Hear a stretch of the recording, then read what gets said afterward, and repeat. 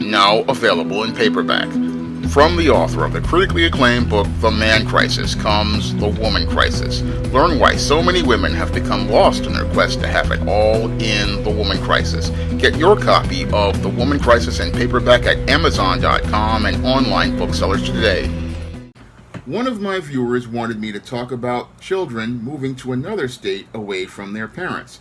And they asked me, why is it that abusive and toxic parents are unhappy when their happy adult children move to another state away from them? Now, the reason why abusive people become unhappy when you move away from them is because you're taking power away from them, and that leaves them to be miserable in their own company. Now, when it comes to abusive and toxic parents need to have a codependent relationship with their children. And in that codependent relationship with their children, they need to be the ones who have all of the power in the relationship and all of the control. And the way they maintain their power and control in the relationship is by verbally, emotionally, and even physically abusing their children.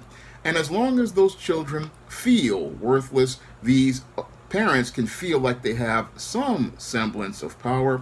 And as long as they feel like they have some semblance of power, they feel secure in their relationship because they feel like they're the most powerful ones in the relationship.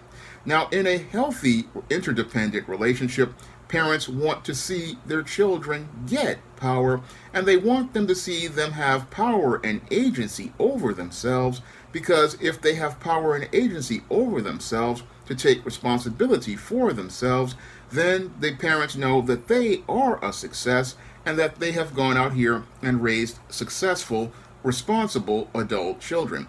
Unfortunately, when it comes to abusive and toxic parents, they feel extremely insecure about themselves, and because they feel insecure about themselves, they need to have power over their children, and they need to have power over their children even when they go out here and become adults.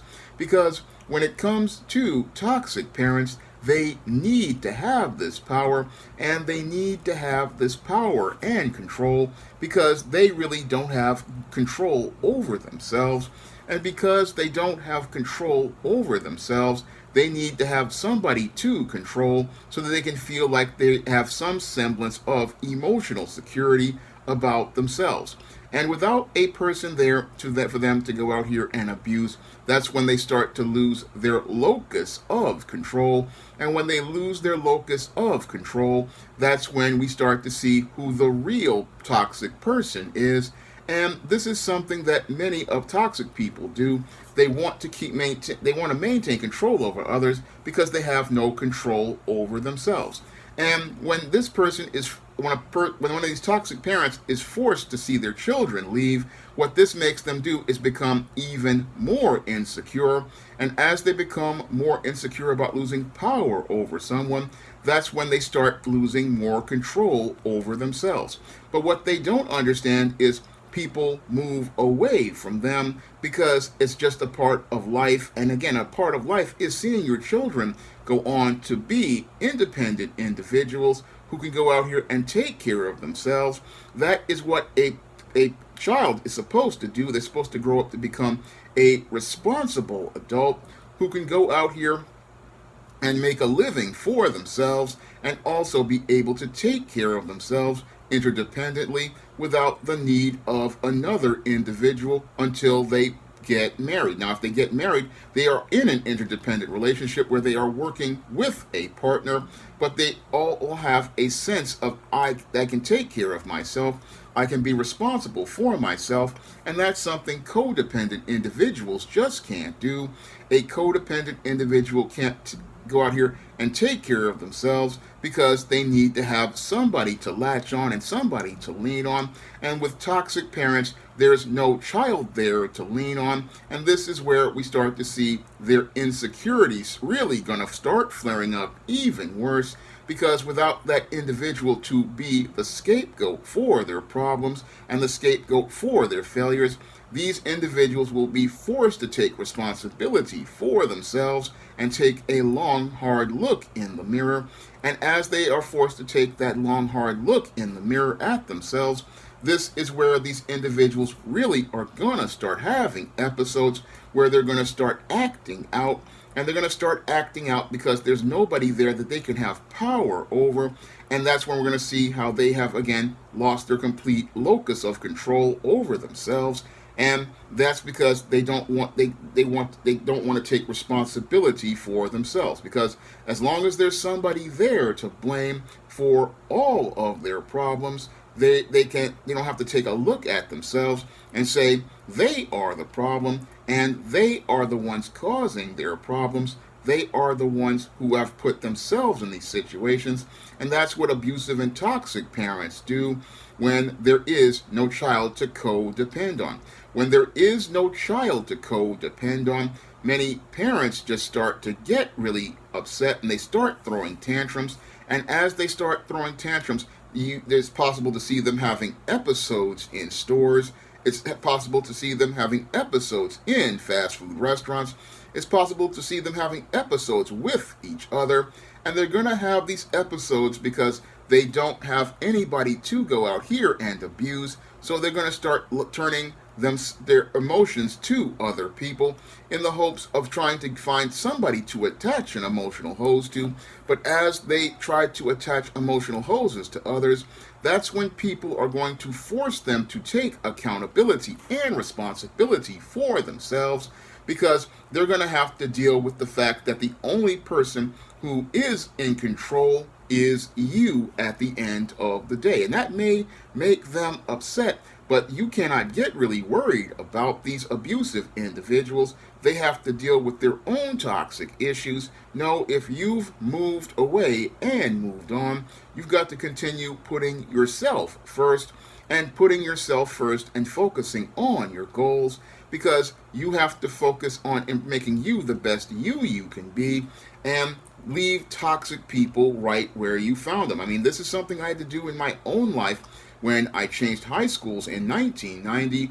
When I changed high schools in 1990, I had to break out of an abusive codependent pattern I had learned in junior high school of learning how to accept abuse and walk away from toxic people and keep walking away from toxic people, because toxic people will suck the life and energy out of you, and they will make your life miserable only if you allow them to make you miserable, and they will keep you from actualizing your potential. And you have to understand that their problems are not your problems. No, their problems are their problems, and the only people who can deal with their problems is them. There is nothing you can do to deal with their problems. You have to go focus on you and leave them to be miserable in their company, because at the end of the day, it is their responsibility to want to get out of that miserable place that they're in, and it is their choice to remain in that miserable place. Again, it's up to them to get themselves out of the situation that they got themselves in that is leading to them to being so miserable and abusive. There is nothing you can do to deal with this person. No, all you can do is put a period at the end of your situation with this individual and move on with your life. That is all you can do with individuals like this. All you can do is leave them to be miserable in their company. Now, these individuals, as you start to get ready to pack up your stuff and get to move on, they're going to do lots of passive-aggressive things like hiding your stuff or even damaging your stuff. But you have to, again, be able to let that stuff go and let them go, because anything that they do to try to tether you to them shows how powerless they feel about their own lives and being forced to deal with their own misery. So anything they do, you have to brush it off and keep focusing on your goal of leaving, because as you leave, you will start to feel a lot better. Again, you're not going to be in that place with this toxic individual, being stressed, being anxious, having to walk on eggshells. You'll actually be at peace, because it'll be just you by yourself. And again, abusive and toxic individuals, there is nothing you can do for them except leave them. The only thing you can do with a toxic parent is leave them right where you find them and go on with your life. I mean, yes, you love your parents, and you love them and care for them, but there's not much you can do for a toxic person who wants to go out here and foster a codependent, emotional, and physically abusive relationship. No, the only thing you can do in that situation is cut ties from those individuals and basically maintain relations for the long-handled spoon. I mean, you still want to keep contact, but only keep contact, but so far. But you won't want to be in their physical presence. And again, that's something that you have to make a decision on what you want to do. But if you want to move your life forward, you have to move on and become an interdependent individual who works independently on their own. And again, is working on your own because you want to go out here and improve the quality of your life, because that's the main reason why you moved away from your parents to another state, is you want to improve the quality of your life and you want to make your life better than what it is. And it's much better when you're not inside of an abusive environment around toxic people.